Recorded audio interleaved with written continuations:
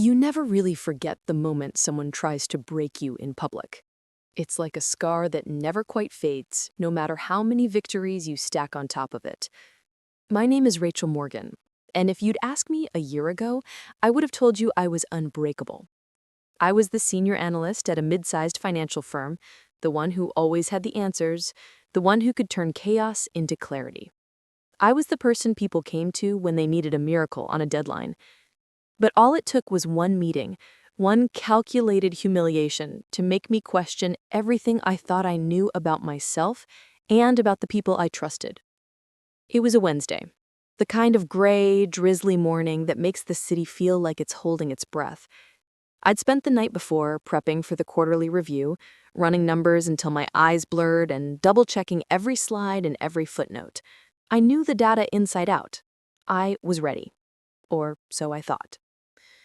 The conference room was already packed when I arrived.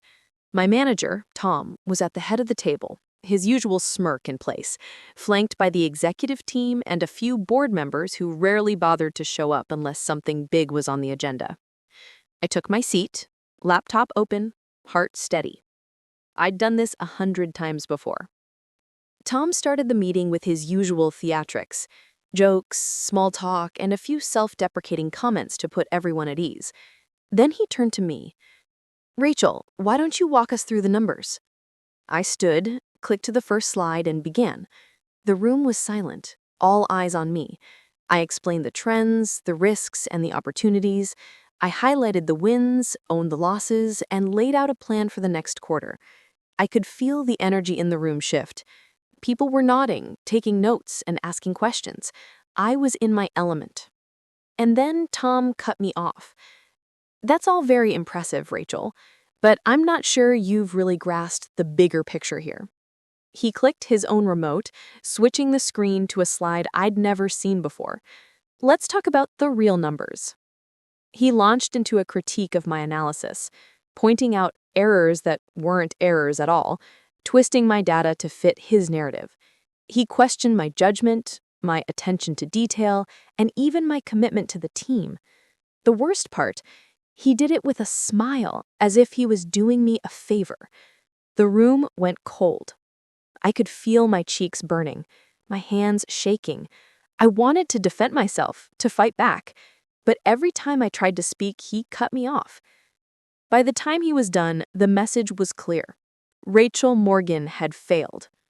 The meeting ended in awkward silence. People avoided my eyes as they filed out, whispering behind their hands. Tom clapped me on the shoulder as he passed, his voice low. "Tough break, Rachel. Maybe next time, double-check your work." I sat there long after everyone had left, staring at the empty screen. I replayed every word, every look, every moment of that meeting. I knew my numbers were right. I knew I hadn't missed anything. But Tom had just rewritten the story in front of the people who mattered most, and I'd let him. I went back to my desk, closed the door, and let the anger wash over me. Not just at Tom, but at myself. For trusting him, for letting my guard down, and for believing that hard work was enough. I thought about quitting, about walking out and never looking back. But the more I thought about it, the more I realized that's exactly what Tom wanted. He wanted me gone, out of the way, so he could take credit for my work or blame me for his mistakes. That night, I couldn't sleep. I lay awake, staring at the ceiling, replaying every word, every look, every moment of that meeting. I knew my numbers were right. I knew I hadn't missed anything. But Tom had just rewritten the story in front of the people who mattered most, and I'd let him. I went back to my desk, closed the door, and let the anger wash over me. Not just at Tom, but at myself. For trusting him, for letting my guard down, and for believing that hard work was enough. I thought about quitting, about walking out and never looking back. But the more I thought about it, the more I realized that's exactly what Tom wanted. He wanted me gone, out of the way, so he could take credit for my work or blame me for his mistakes. I spent the next hour staring at the evidence, my mind racing through every possible scenario. I knew what I'd found was explosive, a $1 million error. hidden in plain sight, signed off by the very man who'd tried to destroy my reputation. But I also knew the risks. Tom wasn't just my manager. He was well-connected, charming, and ruthless. He'd built his career on knowing how to play the game, and he'd just shown me how far he was willing to go to protect himself. I needed a plan. Not just any plan, a bulletproof one. I started by documenting everything. I saved copies of every email, every spreadsheet, and every approval form. I made backups, encrypted files, and stored them in places Tom would never think to look. I even printed out the most critical documents and locked them in my desk drawer, just in case. But evidence alone wasn't enough. I needed allies. I thought about who I could trust, who might be willing to help me without tipping off Tom. My mind landed on Priya, our head of compliance. She was sharp and principled, and had always treated me with respect. If anyone would care about a $1 million mistake, it was her. I waited until lunchtime, when the office was quiet and most people were out. I found Priya in her office, hunched over a stock of reports. She looked up, surprised to see me. "Rachel, everything okay?" I closed the door behind me and lowered my voice. "I need to show you something, but you have to promise that this stays between us for now." She studied my face, then nodded. I handed her the printouts, walking her through the numbers, the approvals, and the cover-up. As she read, her expression shifted from confusion to shock to anger. When I finished, she set the papers down and looked me in the eye. "This is serious. If this gets out, it could bring the whole department down. Are you sure about this?" I nodded. I triple-checked everything. Tom tried to bury it, and then he tried to pin his own mess on me. Priya leaned back, thinking, "We need to be careful. If Tom gets wind of this, he'll do everything he can to protect himself. But if we go to the board with this, we need to be airtight. No gaps, no doubts." We spent the next 2 hours going over every detail, building a timeline, cross-referencing approvals, and making sure there were no loose ends. Priya agreed to help me, but she warned me, "This is gonna get ugly. Tom won't go down without a fight." I left her office feeling a strange mix of fear and relief. For the first time since the meeting, I felt like I had some control. But I also knew the stakes had just gotten a lot higher. That afternoon, Tom called me into his office. He was all smiles, as if nothing had happened the day before. "Rachel, I wanted to check in. Tough meeting yesterday, huh? I hope you're not taking it personally." I forced a smile, playing along. "Of course not. Just want to make sure I'm aligned with your expectations." He nodded, satisfied. "Good. I know you're a team player. That's why I need you to take on a new project, something high profile. Think of it as a chance to redeem yourself."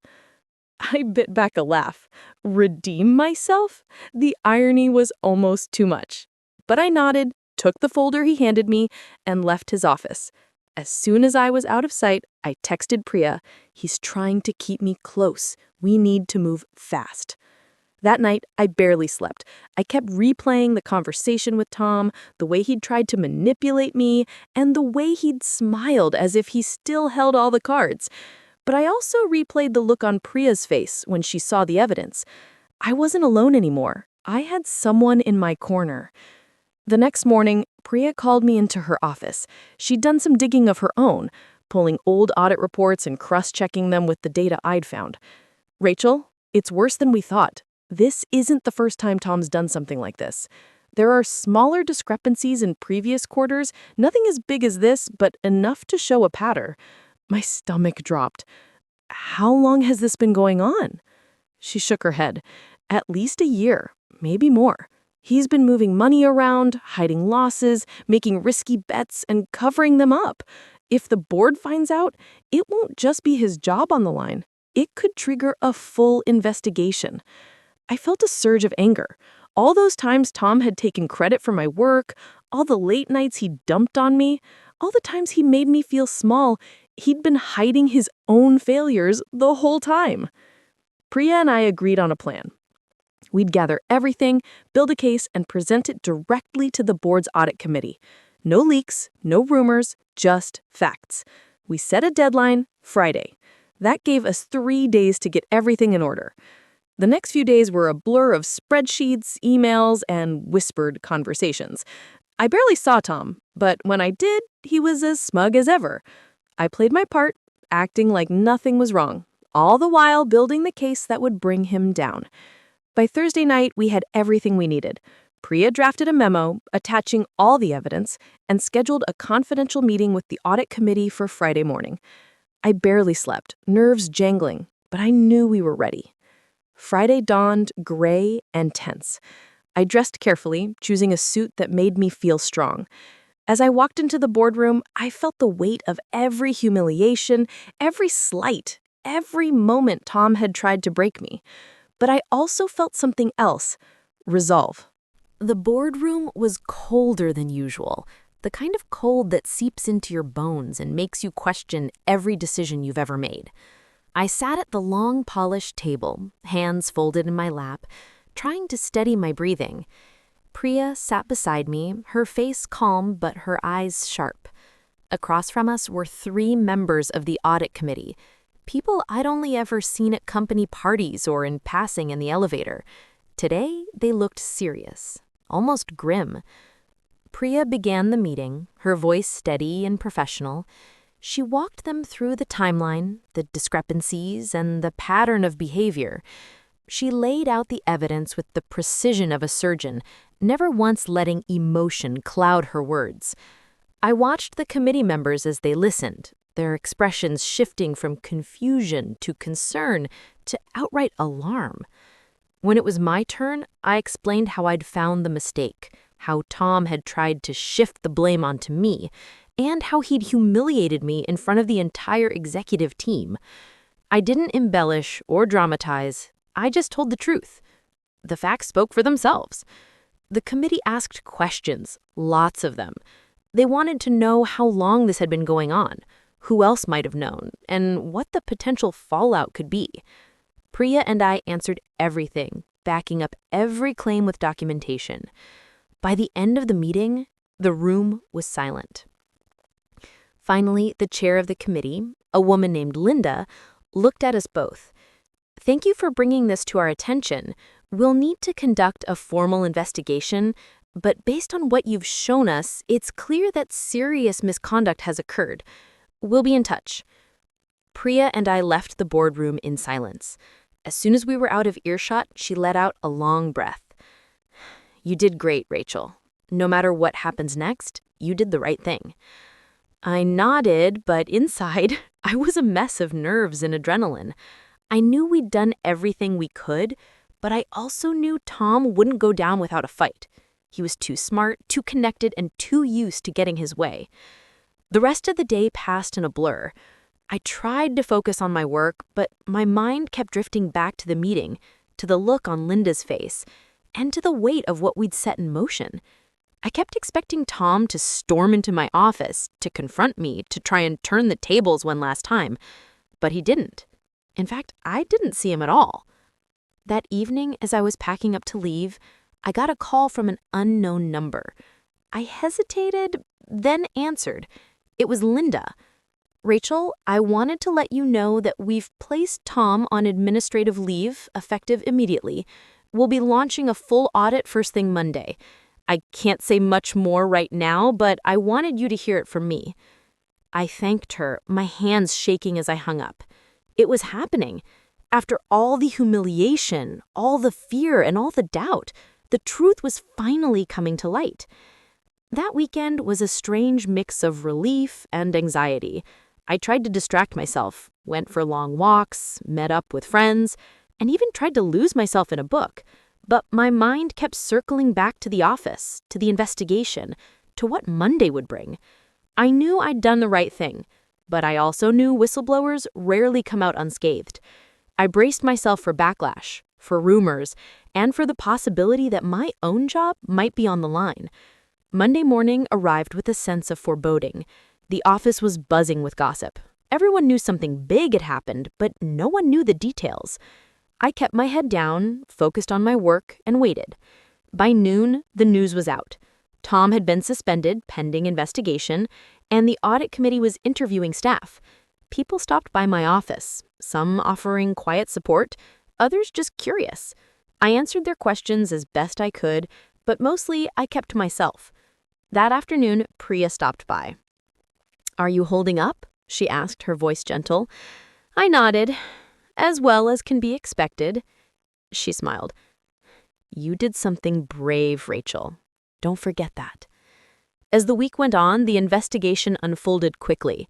The auditors found more evidence of Tom's misconduct, hidden losses, unauthorized transfers, and even attempts to manipulate quarterly reports.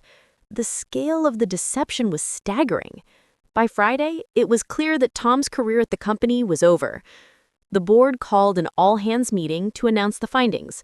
Linda stood at the front of the room, her voice steady, as she explained what had happened, how the company would be moving forward, and how important it was to maintain a culture of integrity and accountability. She didn't mention me or Priya by name, but I saw the way people looked at us, some with gratitude, some with envy, and some with newfound respect. After the meeting, Tom's office was cleared out. No fanfare, no goodbyes, just a box of personal items and a security escort to the door. It was a quiet end for a man who'd built his career on noise. I sat at my desk, watching the rain streak down the window, and felt a strange sense of closure. I hadn't just survived Tom's humiliation. I'd turned it into a reckoning. I'd exposed the truth, protected the company, and reclaimed my own narrative. The days after Tom's departure felt surreal, as if the entire office was holding its breath, waiting to see what would happen next. There was a new energy in the air, part relief, part uncertainty, and part curiosity about what the future would look like without him at the helm. For the first time in months, I felt the tension in my shoulders begin to ease.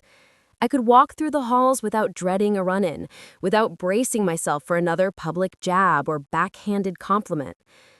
But freedom came with its own set of challenges. The audit committee's investigation had left a vacuum in leadership, and the team was scrambling to pick up the pieces. Projects that Tom had micromanaged were suddenly in limbo, and people were looking for direction. I found myself stepping into the gap, not because anyone asked me to, but because I couldn't stand to see the work we'd all poured ourselves into fall apart. I started by gathering my team for a meeting. We sat around the conference table, the same one where Tom had tried to break me, and I laid out a plan. "We're not going to let one person's mistakes define us," I said. "We know this business better than anyone. Let's show the board and ourselves what we're capable of." The response was immediate. People who'd been quiet or hesitant under Tom's rule began to speak up, offering ideas, volunteering for new responsibilities, and even challenging each other in ways that felt constructive instead of combative. It was as if a weight had been lifted, and the team was finally free to do their best work. I worked late every night that week, not because I had to, but because I wanted to. I was driven by something deeper than fear or ambition, a sense of responsibility, of pride, of wanting to prove that integrity and hard work still mattered. I checked in with Priya often, sharing updates, seeking her advice, and making sure we stayed aligned. She became not just an ally, but a friend, someone I could trust to tell me the truth, even when it was hard to hear. As the weeks passed, the company began to stabilize. The board appointed an interim manager, someone from outside the department who was known for turning around troubled teams. He was fair, direct, and most importantly, he listened. He asked for my input, valued my experience, and gave me the autonomy to lead my team the way I knew how. With Tom gone, I found myself reflecting on everything that had happened. The humiliation, the anger, the fear, it all felt distant now, like a bad dream I'd finally woken up from. But the lessons remained. I'd learned that standing up for yourself isn't just about fighting back. It's about knowing your worth, trusting your instincts, and refusing to let someone else's insecurities define your future. One afternoon, as I was reviewing a new project proposal, Linda from the audit committee stopped by my office. She closed the door, sat down, and smiled. "Rachel, I wanted to thank you. What you did took courage. You could have walked away, but you chose to do the right thing. The company is better for it. I felt a lump in my throat. I just didn't want to see everything we'd built get destroyed by one person's ego. She nodded. That's exactly why we need people like you in leadership. Have you thought about what's next for you here? The question caught me off guard. I'd been so focused on surviving, on cleaning up the mess, that I hadn't allowed myself to think about the future. But as I looked around my office, the one I'd fought so hard to keep, I realized I was ready for more. That afternoon, I called my parents, something I hadn't done in weeks. I told them everything: the humiliation, the investigation, and the aftermath. My mom listened quietly, then said, "I'm proud of you, Rachel. Not just for what you did, but for who you are. You didn't let them change you." Her words stayed with me. I realized that for the first time in a long time, I was proud of myself too. Not just for exposing Tom's mistake, but for refusing to let his actions define my story. As the company moved forward, so did I. I started mentoring younger analysts, sharing my experience, and helping them navigate the challenges of corporate life. I wanted them to know that setbacks don't have to be the end, that sometimes they're just the beginning of something better. Spring arrived, and with it came a sense of renewal I hadn't felt in years. The company was changing, slowly but unmistakably. There was more transparency, more collaboration, and a cautious optimism that maybe, just maybe, we could build something better from the wreckage Tom had left behind.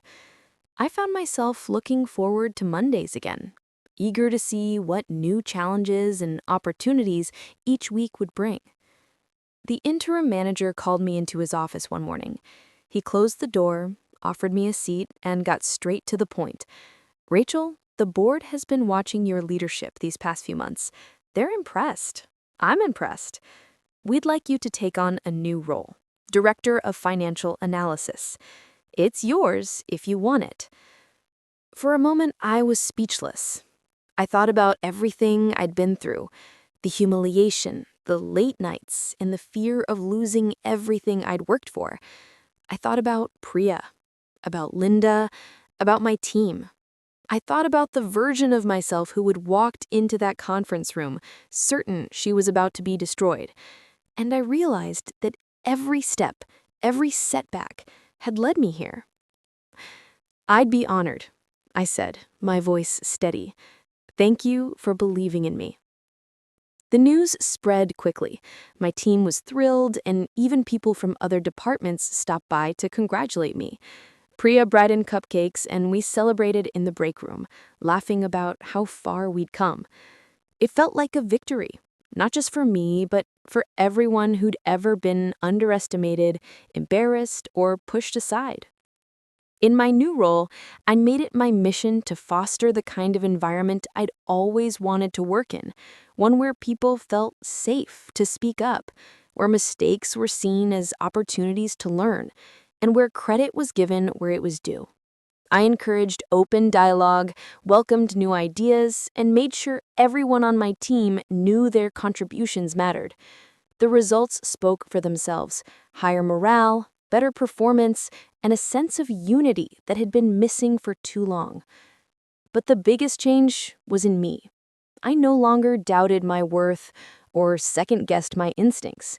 I trusted myself, and that confidence radiated outward. I started speaking at industry events, sharing my story, not just the scandal, but the lessons I'd learned about resilience, integrity, and the power of standing up for what's right. I received messages from people all over, thanking me for my honesty, telling me how my story had inspired them to speak up in their own lives. One evening, as I was leaving the office, I ran into Linda in the lobby. She smiled, her eyes warm. "You know, Rachel, you turned a crisis into a catalyst. That's rare. Don't ever lose that." I thanked her, feeling a quiet pride settle in my chest. I knew there would be more challenges ahead. There always are. But I also knew that I was ready for them. I'd faced down humiliation, exposed the truth, and come out stronger on the other side. As I walked out into the spring air, I thought about Tom. I wondered where he was, what he was doing, and if he ever thought about the mess he left behind. But I didn't dwell on it. His story was no longer mine to carry. I called my mom on the way home and told her about the promotion, about the changes at work, and how good it felt to finally be recognized for what I brought to the table. She laughed, told me she'd never doubted me, and reminded me to celebrate every win, no matter how small. That night, I sat on my balcony, watching the city lights flicker on, and allowed myself to feel proud. Not just the title, or the paycheck, or the respect I'd earned, but the woman I had become. I'd turned humiliation into triumph, fear into courage, and a $1 million mistake into a new beginning. If you've ever been underestimated, embarrassed, or pushed aside, remember, your story isn't over. Sometimes the truth is the most powerful weapon you have. I'm Rachel Morgan, and I turned my manager's humiliation into the beginning of my own success. If I can do it, so can you.